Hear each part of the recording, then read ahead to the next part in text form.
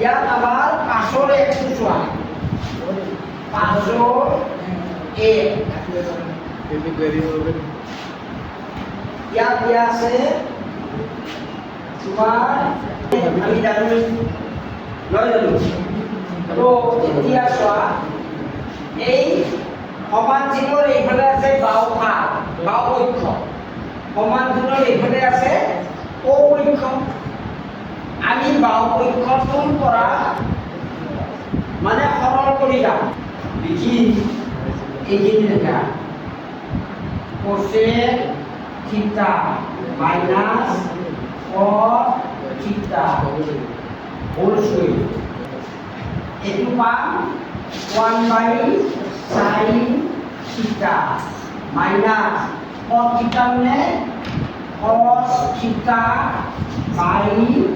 sin থিটা whole square এতিয়া চোৱা এইখিনি বিয়োগ এইখিনি তাৰে লগত আছে sin থিটা দুটাৰ ক্ষেত্ৰত sin থিটা আছে গতিকে আমাৰ কি হ'ব sin থিটা 1 মাইনাস cos থিটা এইখিনি হ'ব বুজিছা না এই স্কয়ার এটো sin স্কয়ার থিটা যোগ 1 মাইনাস cos থিটা হোল স্কয়ার তাহলে এই ব্র্যাকেটটো মানে তলখিনিৰ পৰা উঠাই দিলে sin স্কয়ার এটা আহিব এটা 1 মাইনাস cos থিটা হোল স্কয়ার লিখা 1 মাইনাস cos থিটা হোল স্কয়ার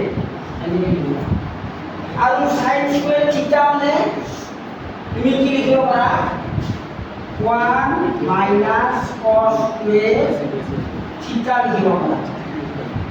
কিয় গতিকে আমি sin স্কয়াৰ থিটা সলনি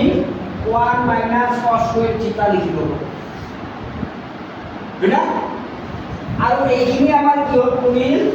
এই ফৰ্মুলাটো কৰিল 1 মাইনাস cos স্কয়াৰ থিটাটো a square minus b square হ'ল মাইনাস এই ফৰ্মুলা তে এতিয়া আমাৰ ইয়াত লিখা a টাইপ 1 আছে 1 প্লাস b টাইপ cos থিটা আছে a plus b all into a minus b a minus b 1 minus cos theta also এটা ওপর কি লিখে 1 minus cos theta whole square মানে দুটা 1 minus cos theta হবে দুটা পূরণ আছে মানে কত 1 minus cos theta whole square মানে 1 minus cos theta all into 1 minus cos theta এতিয়া তলৰ এটা ওপৰৰ এটা কাটা যায়